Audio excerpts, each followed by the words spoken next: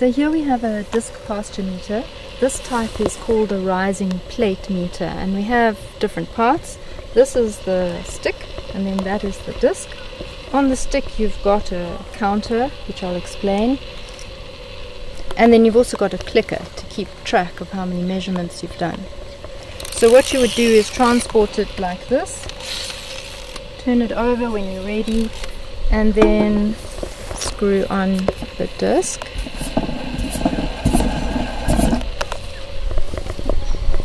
And then you're ready to go.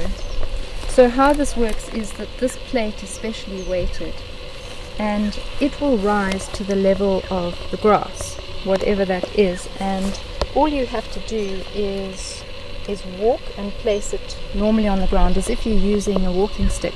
You don't have to place it very sort of strongly, and you don't have to place it very slowly or carefully.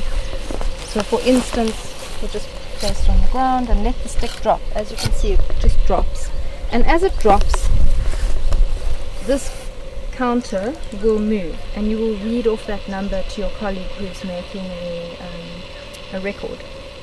So for example, that's 831, and I can click to say that's my first measurement, and then I can move it to another spot, and then that's 835, and I can click again to say that's our second measurement. Just turn it around.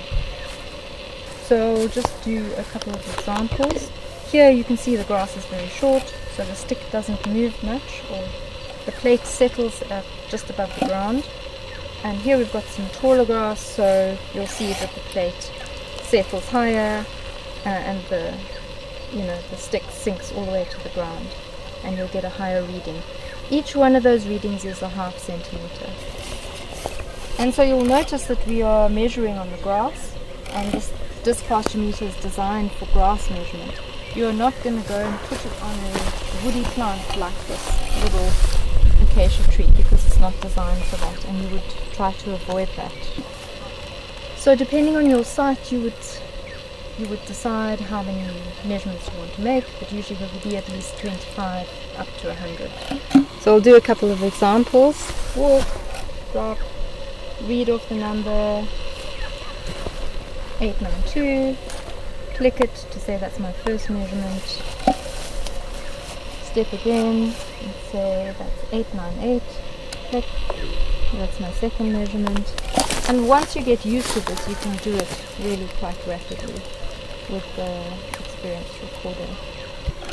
So what we do after we've got, say, 100 measurements, we take the average of that, and we would use it with a calculation called an algorithm, where it's based on actual cuttings of grass and calibrated to this machine, so that you can work out what the grass biomass is in kilograms per hectare, and then that's something that the livestock farmers use to know how much grass they've got left at that time.